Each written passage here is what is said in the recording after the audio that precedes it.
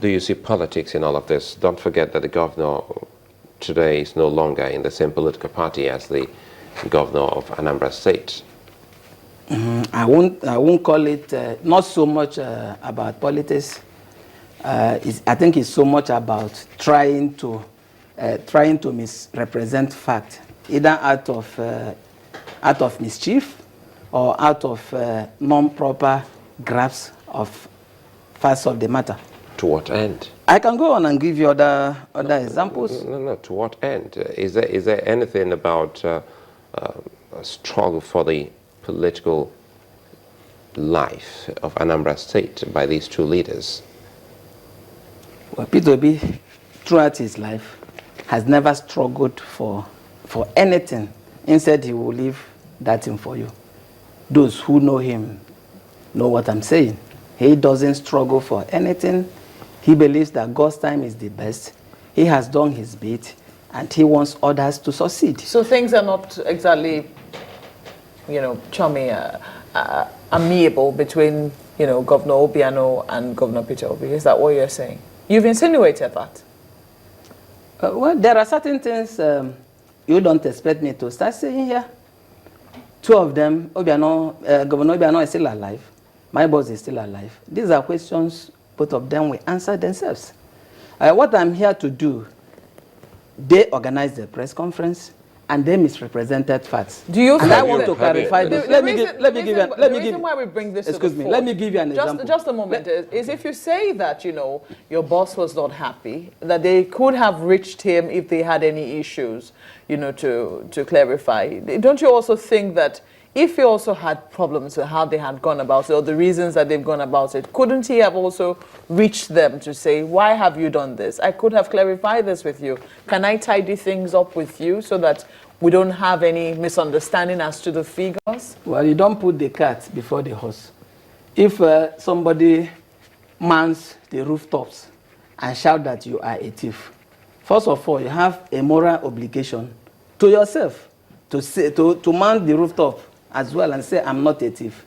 Yeah, in other words, what you're saying is if you're in the bathroom and a madman comes to carry your clothes around, you should run and follow him. You have a moral obligation to follow him. Well, you can't put words into my mouth. I really want, because people in Anambra State would definitely be concerned getting to see this coming in from Anambra. And if you say this is not politics, and at the moment the governor is in, utter shock to see that this is coming from the governor of Anambra State, has your office, as the mediator to the former governor, written perhaps maybe a kind of reminder of what the books were, just in case there's any kind of anomaly or slip somewhere? Have you written the office of the governor? Like I told you, my boss is not in Nigeria, and I wouldn't know, sitting here, whether he has called his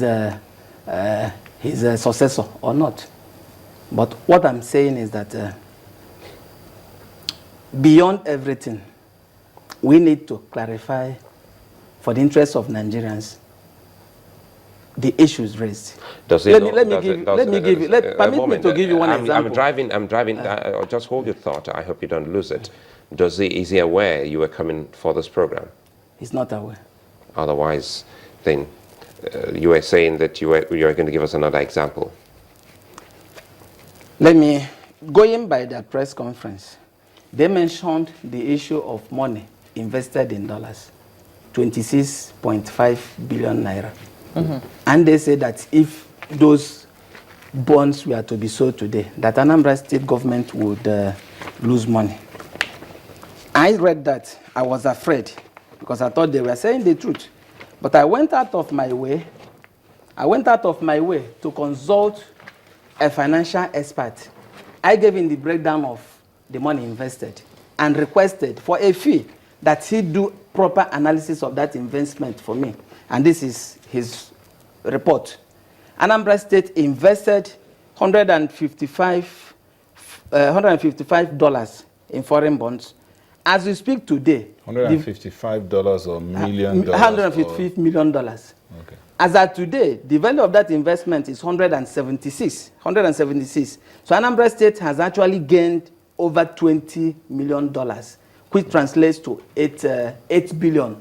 As at the time he made this investment, dollar was 160 something, and now you know what dollar is. And how can somebody come now and say that the money has lost value? And I'm aware that the interest needed by the investment, 8 billion, has been spent by the current government. They spend the interest, 8 billion, and they're here telling us that the money has lost value. What? I mean, They spent it on what? They spent it on what? Well, I don't know. How do you think that this will be resolved? Because eventually what a lot of people are looking for is resolution. Nobody wants to see Governor Peter Obi and his predecessor have this sort of open confrontation and argument in the public. How do you think it's going to be resolved? That's a good question. And whoever asks such a question, I always thank her or him because of one reason. Anambra State belongs to all of us. And even myself, I experience what one can even call psychic encumbrances whenever Anambra State is mentioned for wrong reasons. So everybody wants it to be resolved. And I think the best way to resolve it is that if something like this arises, let the state government feel free to call. P2B is accessible. Let them feel free to call P2B.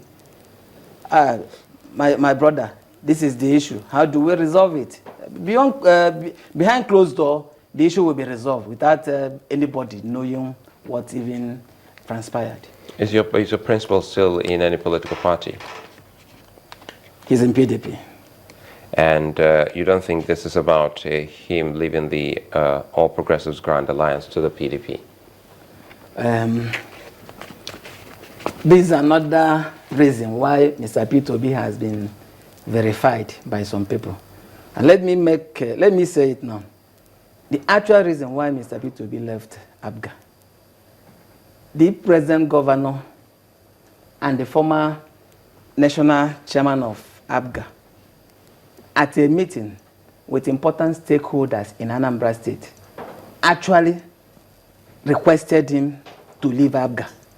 They said it was ABGA's problem and that there was no way ABGA would progress if he remained in ABGA. And they requested that he should leave ABGA. And nobody will say where he's not wanted. So he left not of his own volition. He was compelled to leave. That's one of the reasons.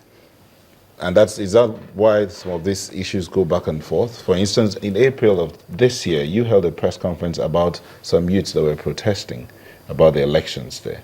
And the governor had to reply through his aide about the activities of the youth. And you blamed it on the governor. Is that true? Please, I don't. I issue a lot of press releases. I don't have the particulars of what you're saying. For every press release you issue, do you go back to your principal to say this is what you want to do, or you just go ahead and do it? No, I'll then be a very bad aide if that is what I do. I consult. I'm not the only one working with him. Sometimes we sit down as a team and know how best possible to do it without causing public dissension. Very quickly, how do you think this is affecting the state? Well, I'm not in government. Mr. P2B is not in Nigeria. I can't sit here and say how anything is affecting the government because I'm not in government. But let me offer a word of advice. If government of the day wants to do something, and he has enough reasons and conviction that what she wants to do is for the benefit of the people, the government should go ahead and do that without trying to involve anybody. I say this because the present issue we are discussing now arose because Anambra State government plans to borrow massively from financial institutions. And then I understand that most of those financial institutions, based on what was handed over to him, actually felt that their funds will not be managed very well. Because they said so amount of money, because there are banks, they know the true destiny. And then they requested, they raised the objection that You their don't funds really may not have, be. I think it's very important. And they asked the governor, let me finish. They Did, asked. did you get this because you were a part of the conversation, or this is what you heard happened? Because it's very important that when we are given this sort of information, it is true and it is correct. If you heard that Anambra State is about to borrow, and the gentleman who was here earlier said they're not about to borrow, that the federal government has provided certain funds which they also hope to seize access of, is it fair comment then? Is to the say money that is the money they're about to- provided? Are states compared to take the money provided by government, or is it free? Is it not? Is the government not lending the money to them?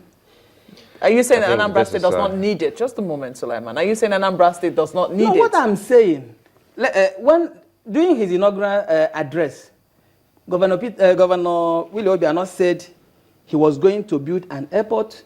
He said he was going to build three refineries. I really don't want to go in. So he there. has enough reasons to borrow. I'm If sorry. you ask me, he has enough reasons to borrow. I'm He does not need to involve I'm sorry, we really That's have my to go point. because the point Mark will raise is trying to remind you that Mr. Walker has said that the state is not about to borrow, and you say that's totally incorrect, that the state is about to borrow. And you say, do you have your facts to that? I have my facts. I'd like to thank you, Valentine Obienyem. He's the media aide to former Governor Peter Obi of Anambra State, speaking on the imbroglio concerning what's left and what's not left in terms of monies in Anambra State. We'll take a moment now, and we'll be taking a walk when we come back into another state to look at what's happening there.